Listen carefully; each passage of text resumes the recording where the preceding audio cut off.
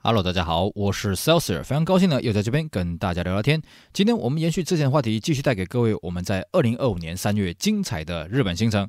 好的，我们的这个系列的节目也算是接近尾声了，因为我们上一集跟各位讲到是我们第6天，然后我们在日本的最后一个行程，我们到成田邮局去把我们这几天的战果一个个寄回去啊，在里面打仗打了1个小时半，然后呢又要赶去成田机场搭飞机了，因为这个时候已经是4点多了，我们是6点25的飞机，虽然说从成田市过去成田机场大概半个小时的车程，但是呢谁知道路上会不会遇到什么奇怪的事情堵车了，对不对？好在啦，其实我们后来运气不错，我们4点半顺利抵达成田机场。当然，在这个过程当中也看到一些有趣的东西，我们今天一个个跟大家好好的分享。首先，我们离开了成田邮局没多久呢，路上见到一些有趣的车子，我们见到了一台第2代的 Touareg。这个算是第1代的后期，应该算是大规模小改了。其实它骨子里面没有改。那 Touareg 不管是第1代也好，第2代也好，现在第3代日本应该是没有卖了。那这个第1代、第2代呢，在日本卖的都很少，包括像奥迪的 Q7，我都觉得应该跟台湾一样就是卡宴卖最多，因为卡宴它的 logo 最大嘛。然后 Q7 其次。Touareg 卖的很少，我是第一次在日本见到 Touareg 这个车子，而且这台车子还做这个拉高的改装，看起来是真的有在玩的人啊。因为 Touareg 这个车子油耗非常的可怕，我们在台湾遇到车主，他们都讲，这个车子1公升大概跑3公里啊，你从高雄开到台北1桶油跑不到。那你如果又改大铝圈，又去升高底盘，这个油耗吓死人。然后呢，也看到一台 Civic 10代的 Type R， 这个车子比较不令人意外啦，因为 Civic 这几代9代、10代、11代在日本卖的都很少，反而是 Type R 比较常见。我们前几天在东京的首都高上面有看到一台 Civic 11代，不是 Type R， 这个就神奇了。所以在日本你仔细看一下，你看到 Civic 如果不是 Type R， 恭喜你，你运气真的是不错。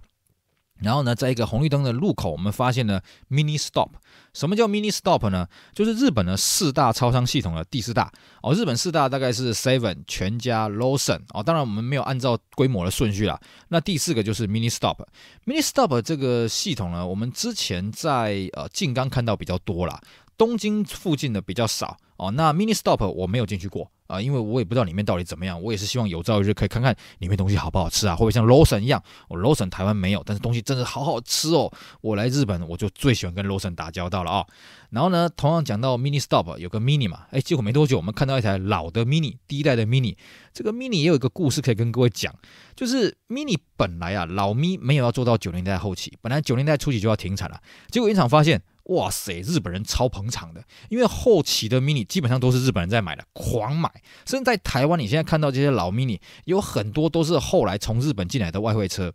这个数量相当的可观日本这个老 Mini 几乎是包牌的啦，连带的也拉抬他们那个老金龟车，就是后期的巴西龟这个2000年左右的时候，也有水货大量搬进来日本那我是在日本看到老 Mini， 算是。能见度也算是有啦，跟台湾差不多啦，可见的日本跟台湾都有一群非常死忠的支持者好的，那接着呢，我们就很靠近成田机场了。然后我车友跟我讲，其实成田市有一个小小交流道，可以是个捷径，就是他上去之后去机场马上就到了。因为它等于是上东关东自动车道的成田机场线这边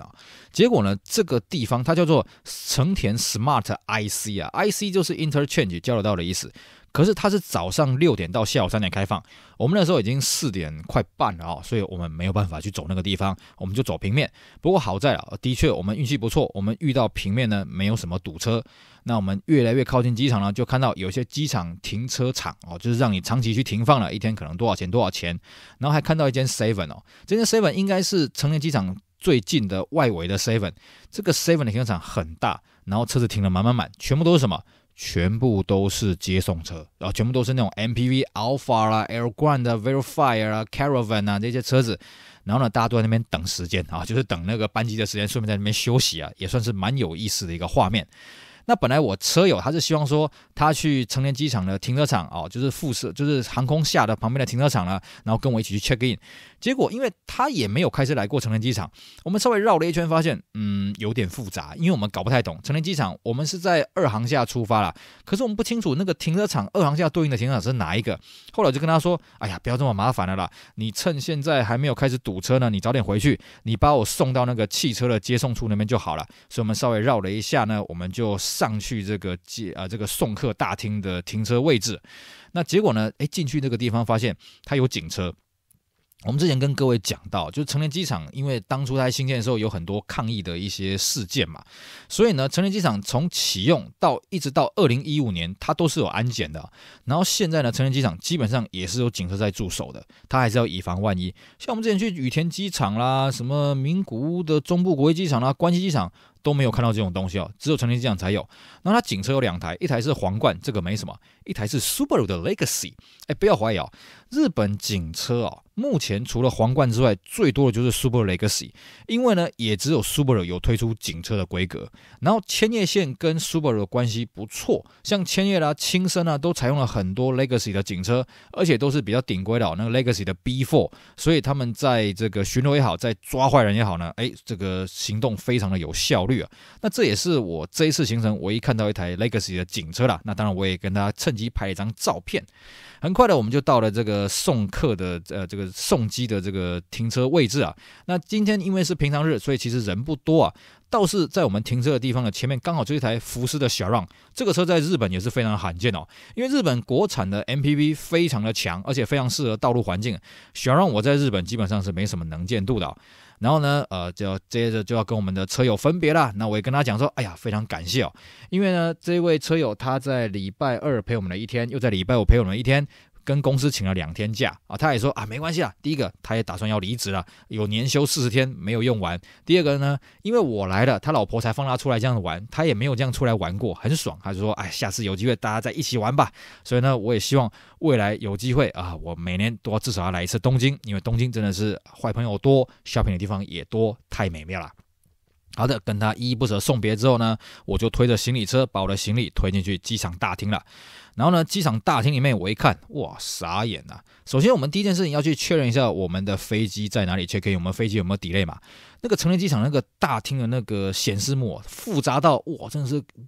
真是这个眼花缭乱啊！那我看了一下，我们一般像是在小港机场啦，或者像在这个桃园机场啊，你 check in 大概就是什么 A B C D E F G H I， 大概就这样子嘛。那个我看了一下，我搭的是华航回去嘛，他的那个 check-in 柜台在 O 跟 P， 然后真的还有看到有那个 W 的柜台，哇，那个真的超级远、超级夸张的哦。那我大概看了一下，我的航班没有任何 delay，good very good， 而且我现在是在 check-in 的时间。好的，那我们 check-in 之前有个很重要的事情要做，先把我们的行李收拾一下，因为我们刚刚呢去成田邮局寄东西呢，兵荒马乱的，我就呢把我的行李顺利的把它收成1件托运行李，1件登机行李，就这么精简啊。然后呢，这个全部把它整理好了之后呢，该丢的也都丢丢。接着呢，我就看了一下，我要去的华航这个柜台好像没有 check in 的柜台，因为我是坐经济舱的，我发现它只有 check in 的机器，它要自助 check in， 它没有这个经济舱的 check in 的柜台，没有，好吧，我就打听了一下啊，那个看了一下，等一下。我们在 check in 之前有个很重要的事情要做，我们要先去确定一下我们行李有没有超重。当然了，依我多年的经验我这样拎一下，我的行李应该是没有超重了。但是保险起见，我就问了一下华航的地勤，请问哪里有称重的？那我先跟各位讲成田机场的华航地勤人员算蛮多的。各位说这个有什么好讲的？像我之前从名古屋搭飞机啊，名古屋机场基本上华航地勤非常少，都是 JAL 日航去代班的啦。像相对的日航在中正机场在桃园机场或者在这个高雄小港机场也是华航的人员代班的，所以他们不会讲这个，像日航的人不会讲中文，那华航在台湾代理日航的人呢也不会讲日文的。那成田机场算是华航比较重点的地方，所以他派的地勤人员比较多。他就跟我讲，那边有行李秤。其实成田机场的行李秤还蛮好找的啦。在这个成田机场的人口进去左右两边都有。那我就赶紧过去称了一下，没什么问题。我的托运20公斤，登机是8公斤，而且这8公斤还包含我的笔电笔电不算行李，所以我这样子一定是 safe 的，一定是 OK 的。接着呢，我就把我的行李拖回去原本我们那个自助 check-in 的机器。其实坦白讲啦，我搭飞机这么多次，这是我第一次用机器 check-in 的。那机器 check-in 其实也蛮方便的，就是呢，你扫描一下你的护照，然后呢，它就会跑出你的登机的资讯，然后确认之后呢，它就会印你的机票出来了。倒是这边有个插曲啦，就它现场大概有个8台的 check-in 的机器然后呢有4台是罢工的。那我问地勤，他说没有，那4台不知道为什么样，就是速度非常慢然后他给我其中1台呢，然后我就发现我剩下这4台我拿到1台机王，因为我这台动作也很慢。好在后来也是顺利的印出了机票，然后它会有一个选项告诉你说，你有没有托运行李？我说有，好，就打印了一个托运行李票出来，然后要我自己把那个行李票把它给绑起来，它有那个绑的那个指南啦，然后呢再让我去去自助 check in 挂行李。这个过程很有意思哦。但在讲这个过程，我们先跟各位插一个东西哦。它既然是印机票出来嘛，那我通常以前我在柜台前面 check in 的时候，我都会跟他讲啊，麻烦给我靠窗的位置啊，麻烦给我什么样的位置。那完了，那他机器要怎么给我位置呢？结果发现，他有个选项可以选位置。那因为那个时候我飞机是6:25的飞机，我那时候 check in 已经算是5点了，算是有点晚了。就他跟我讲，你的位置可以选的只剩下，因为我们回去是搭737-800啦，俗称的738老母机啦，所以呢，它是载体客机只有中间一个走道。那他说，如果你要换位置，只剩下中排的座椅可以换位置，那我当然不要。而且我发现，哇，我运气很好，他帮我随机选的位置在中央紧急出口的后面那一排，也就是说我前面是没有活人坐的。Good， 我最痛恨的就是我在载体客机上面前面的人椅子往后倒，因为他有这个权利，我不能讲些什么，但是我会变得很局促。好 ，OK， 好，这个位置也 OK 啦。好的，机票印出来，行李票印出来之后呢，那个地勤就放我去那个自助挂行李啊。那么自助挂行李呢，就是你把行李送进他那个机器里面，他会主动去判读条码，然后会告诉你重量。也就是说像我们现在规定是一个人一件托运行李嘛，23公斤，没请讲。如果你是人工 check in 的话，一般他会放宽你到25公斤啦。但是如果是机械的话，对不起，23.1也都不放行。那当然我的行李是20公斤嘛，当然就没什么问题啦。然后呢，就顺利的 check in 进去了。OK，check in 进去完之后呢，我就看到旁边有个标语，他写这个注意，我们那个根据航空公司规定呢，一个人只能有一件登机行李，限重7公斤，而且一件登机行李包含你的免税品。他写得很清楚啊。我心里面想，干我柯林，你怎么可能这样去严格执行啊？那你不是叫大家不要买免税品的呢？我看这个应该是写好玩的。果不其然从我这样 check in 到拿到机票，把行李挂进去之后，也没有人来过我的行李箱，就是我的登机箱，也没有人来过。那我在想，难道你有种，你就在登机口那边给我放一个磅秤，然后每个人的登机行李都拿去称吗？我觉得不可能。好，究竟结果是怎么样呢？没关系，我们之后会跟各位讲。好的，那我这些事情都办完了之后呢，我看了一下，哇，本来我是想说我是不是把成田机场逛一圈，然后把照片拍一拍结果发现这个没有办法，成田机场太大了。那时候已经5点多了，我登机时间飞机起飞时间是6:25，登机时间是5点50分，还要加上通关安检的时间，这样一定会来不及啊。那我只好下次有机会再来成田机场这边好好逛一逛了，这个真的是太大了。接着呢，我就要通过安检。那通过安检，为了保险起见我就把我的水啊、酒精全部都倒一倒。那其实它这个过安检很快啦，它过 X 光门很快。那因为我的行李也有做过收拾，所以我过 X 光门之前要拿下来的东西呢，这个很少。噼里啪啦我就把它拿下来了。因为我之前我在小港机场在过关的时候，因为我拿下来的东西很多，所以我直接被叫到旁边去搜身了。结果呢，我这一次我动作很快我也没什么东西，然后呢，我还是被拦下来另外检查啊。算了，可能是我这个人看起来长相比较凶恶吧。然后过了安检之后呢，他是走自助通关了，就是你刷护照，然后刷人脸辨识就直接过去了这样速度也算是蛮快的。接着我们就进到后面的免税商店街。好的，我们刚刚跟各位讲这个成田机场它的大厅很大那当然后面的免税店也是很可怕它的商店街